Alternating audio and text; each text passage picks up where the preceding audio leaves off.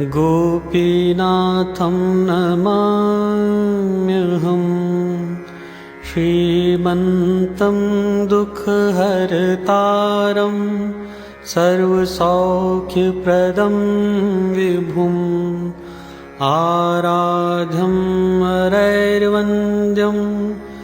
गोपीनाथं नमाम्यहम् विवेकिनां विवेकस्थं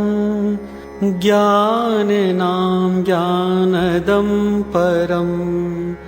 अवधूतं महादूतं गोपीनाथं नमाम्यहम् सदा सर्वजनैरीड्यं शुभाशुभस्य साक्षिणम् आनन्दविग्रहं देवं गोपीनाथं नमाम्यहम् चित्स्वरूपं द्वयातीतं प्रचण्डभवतारकम् शरणागत त्रातारं गोपीनाथं नमाम्यहम् शाश्वतं शङ्करं शम्भुं देशिकं मिततेजसं सङ्कल्पपङ्कहीनं तं गोपीनाथं नमाम्यहम् स्वात्मसंस्थं महादेवं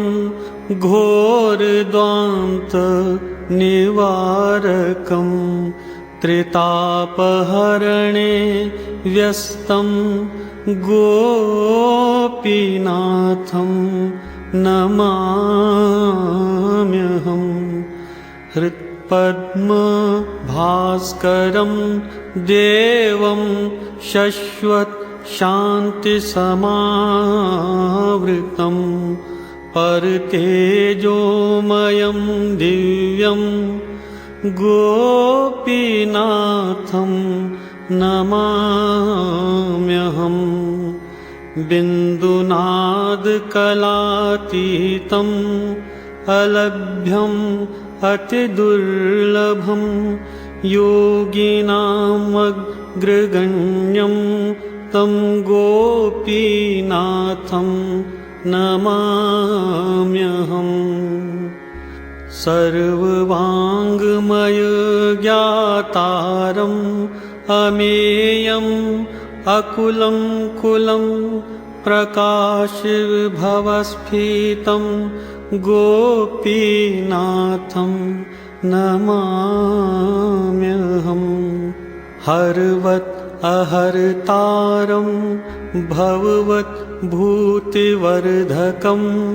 शिववत् शयति दुःखौघं गोपीनाथं नमाम्यहम् महाकारं भवाधारं महाध्यानपरायणं त्र्यम्बकं त्रिगुणातीतं गोपीनाथं नमाम्यहम् विमलं घोरमूर्तिं च ओर्णेतात्मसात्कृतं पराभावे सदा संस्थं गोपीनाथं नमाम्यहम् सदोदितं सदा स्तुत्यम् अनुभूत्या महोज्ज्वलं पण्डितं समदृष्टारं गोपीनाथं नमाम्यहम् भैरवं भैरवाकारं कार्यकारणकारकं परं ब्रह्मित ब्रह्माणं गोपीनाथं नमाम्यहं भास्वरं भूसुरं भव्यं भूदिग्गोखे सदा ततं वरेण्यं व्यापिनं व्याघ्रं गोपीनाथं नमाम्यहं हारमाली प्रसूर्यस्य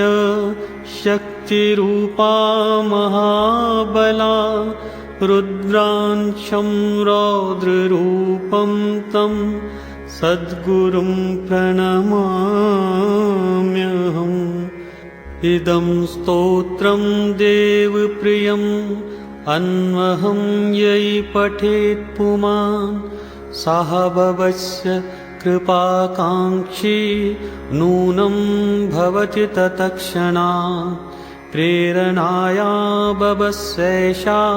पिकेन रचिता मया सुतुतिः रम्या परं हृद्या सर्वाभीष्टफलप्रदा।